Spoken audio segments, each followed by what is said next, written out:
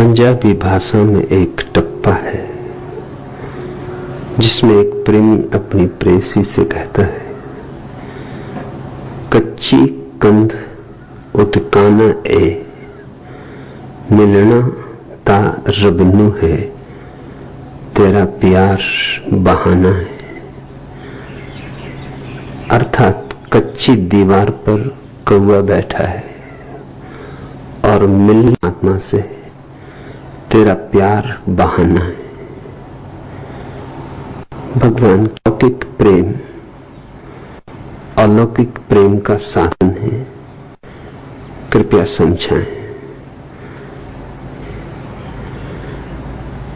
टप्पा तो यह प्यारा है, कच्ची कंध उते काना ए, कच्ची दीवार पर कौवा बैठा है। अधिकतर लोगों की जिंदगी बस ऐसी, दीवार कच्ची और कच्ची दीवार पर कौवा बैठा है। जिंदगी भी कच्ची और काली भी, हंस भी नहीं, कौवा बैठा है। और दीवार भी रेत की है, अभी है अभी नहीं हो जाएगी, कब गिर जाएगी पता नहीं, किस क्षण समाप्त हो जाएगी, कोई भविष्यवाणी नहीं कर सकता। और इस कच्ची दीवार पर बैठा भी कौन है? कुछ मूल्यवान नहीं, सब दो कौड़ी का है। कच्ची कंध उते काना ए, ये टप्पे सदियों सदियों में लोकमानस में उभरे, किसी एक व्यक्ति ने इन्हें लिखा नहीं। ये सदियों की मनुष्य की अनुभूति है, सदियों का सार है। ऐसे छोटे छोटे टप्पों में उपनिषद समा गए। और सच तो यह है, बहुत बार उपनिषद भी फीके पड़ जाते, क्योंकि सीधा साधा आदमी सीधा साधा देखता है, जैसा देखता है वैसा ही कह देता है। न कोई पांडित्य, न कोई शब्दों की लफ्फाजी, न कोई सिद्धांतों का जाल, न कोई शास्त्रों की चिंता। जिंदगी जैसी झलकती है उसके दर्पण में, बस वैसी कह देता है। गांव के ग्रामीण जनों ने अपने सीधे साधेपन में ही यह बात कही होगी, और सदियों तक निखरती है फिर यह बात। जैसे गंगोत्री से कोई पत्थर गंगा में बह चलता है तो खाता है चोटें, गिरता है पहाड़ियों से, जलप्रपातों से उतरता है, और जैसे जैसे गंगा में बहता है वैसे वैसे उसका तिरछापन टूटता जाता, उसमें एक गोलाई आ जाती, एक सौंदर्य आ जाता है।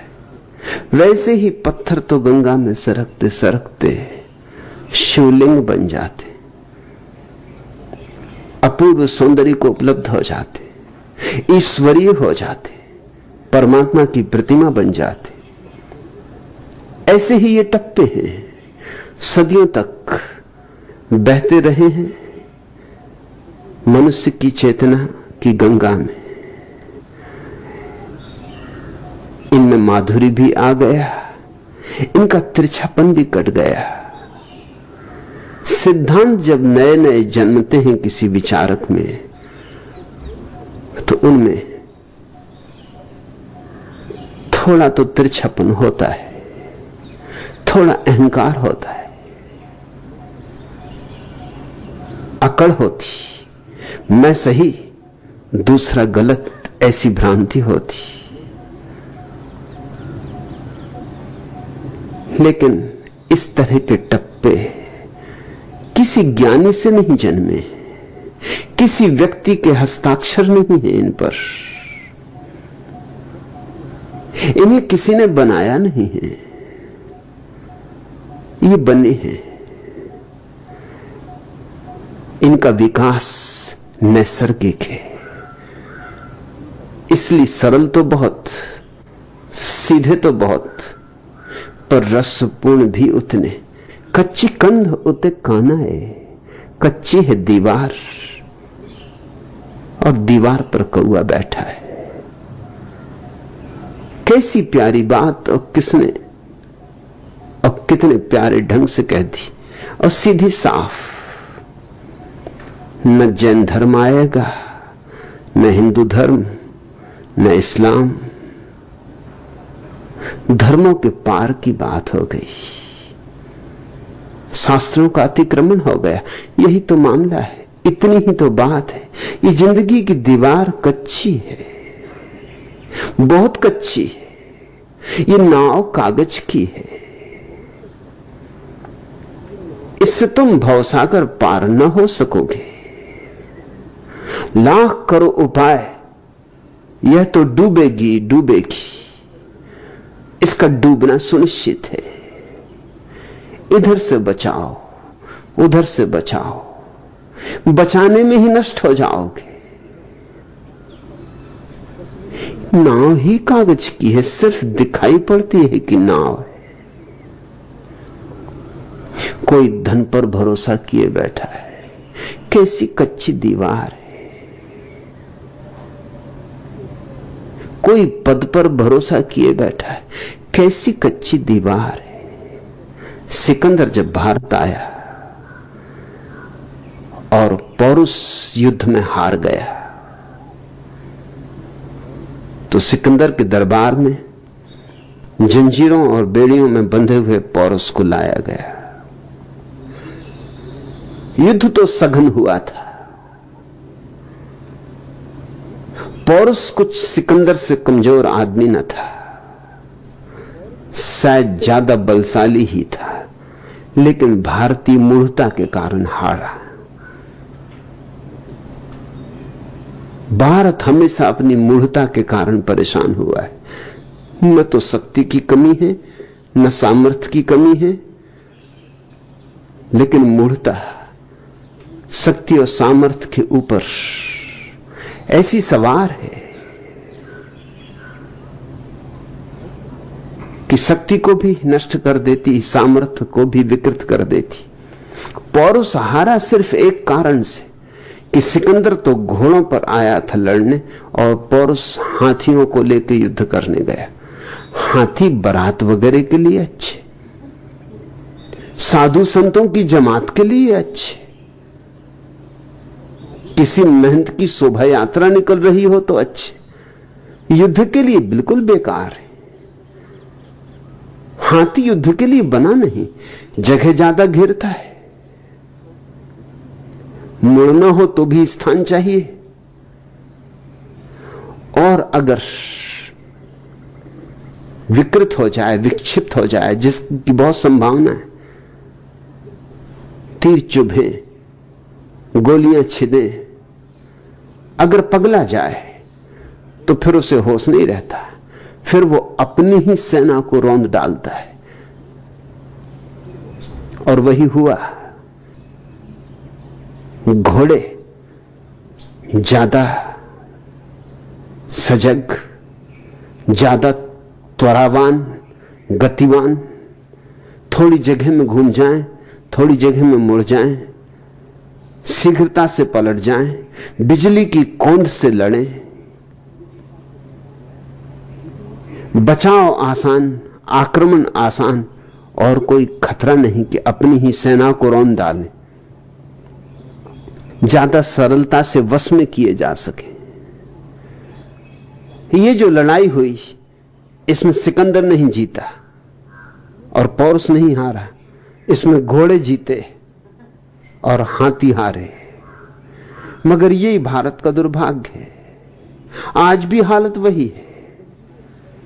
हम हमेशा पीछे, अभी भी हम बैलगाड़ियों पर भरोसा किए, अभी हमारे नेतागण चरखा चला रहे हैं। हारोगे नहीं तो क्या होगा, मिटोगे नहीं तो क्या होगा। और जब पौरुष को बंदी बना के लाया गया तो सिकंदर ने पूछा कि बोल तेरे साथ कैसा व्यवहार करूं। तो पौरुष ने बड़ी प्यारी बात कही, हीरो जवाहरातों में तौली जाए ऐसी बात कही। पौरुष ने कहा व्यवहार, वही व्यवहार जो एक सम्राट दूसरे सम्राट के साथ करता है। और याद रखना, कल तक मैं भी सम्राट था, आज जंजीरों में बंधा तुम्हारे सामने खड़ा हूं। आज तुम सम्राट हो, कल का ख्याल रखना, कल का कुछ पक्का नहीं। कल मुझे भी पता नहीं था कि एक ही दिन बाद यह हालत हो जाएगी। सिकंदर को बात समझ में आई,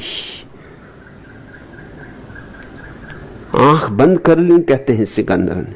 क्षण भर चुप रहा और कहा जंजीरें अलग कर दो, बेड़ियां तोड़ दो और लाओ दूसरा सिंहासन, मेरे पास ही पौरुष को बिठाओ। वह ठीक कहता है, कच्ची कंध उते कानाए, कच्ची दीवार पर कौवा बैठा है, कब उड़ जाएगा कुछ भरोसा नहीं। दीवार बड़ी कच्ची है, कौवा ना भी उड़ेगा तो भी गिरेगी, कौवे को उड़ना ही पड़ेगा। मगर कितने अकड़ते हैं लोग, पद पर होते हैं तो कैसे अकड़ जाते, पैर जमीन नहीं छूते, पंख लग जाते, होश ही नहीं रह जाता। पद जैसी बेहोशी लाता है, कोई चीज और नहीं लाती।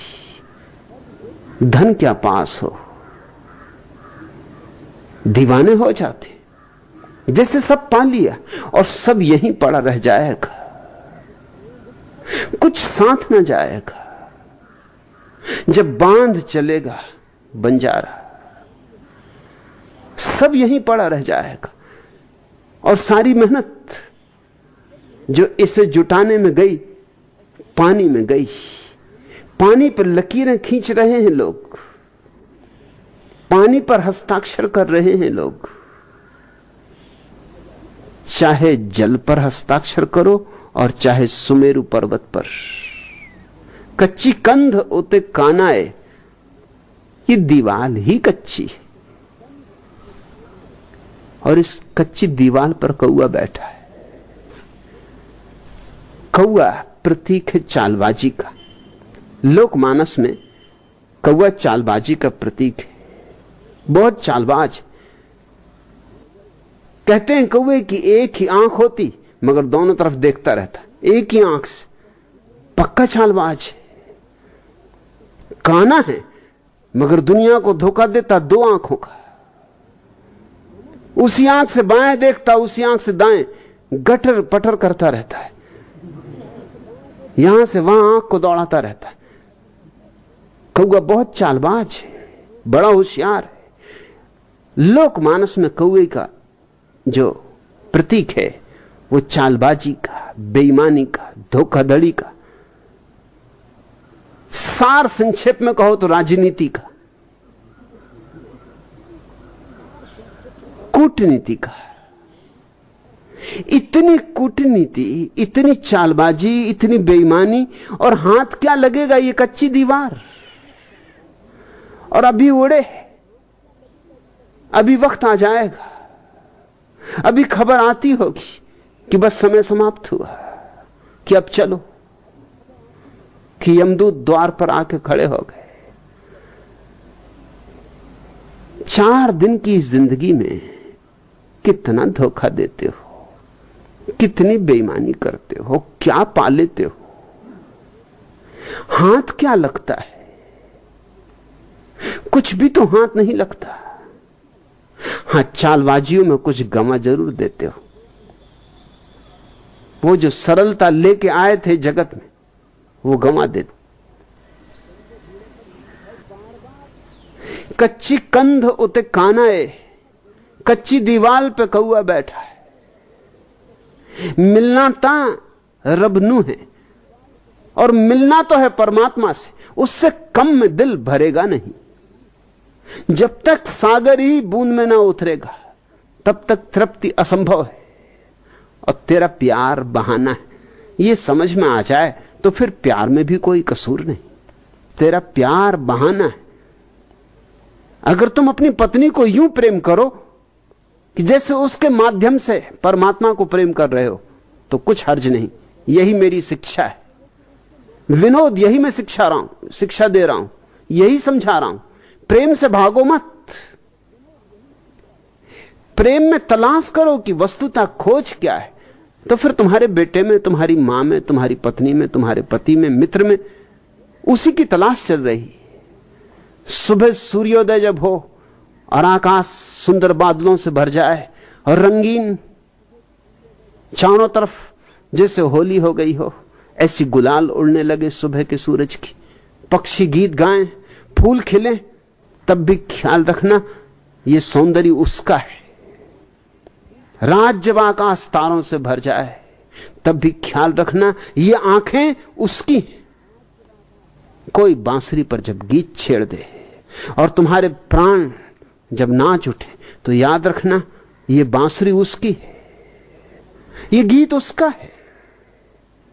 तो फिर जहां भी तुम्हारा प्रेम हो, काव्य में हो, संगीत में हो, कला में हो, नृत्य में हो, स्त्री में हो, पुरुष में हो, जिसमें भी तुम्हारा प्रेम हो, इतनी भर याद बनी रहे कि ये प्रेम उसी की तरफ इशारा करता हुआ तीर है। जाना तो वहां है, मिलना ता रबनू है। जाना तो वहां है, मिलना तो रब से है, मिलना तो है उस प्यारे से। तेरा प्यार बहाना है और बाकी सब बहाने। बहाने बुरे नहीं, अगर बहाने बहाने समझे जाएं तो बुरे नहीं। खूंटियां हैं, टांगो उन खूंटियों पर, लेकिन जो टांगो वो रहे परमात्मा का ही प्रेम। काश तुम अपनी पत्नी में परमात्मा को देख सको, पति में परमात्मा को देख सको, तो फिर किसी और मंदिर में जाने की कोई जरूरत नहीं।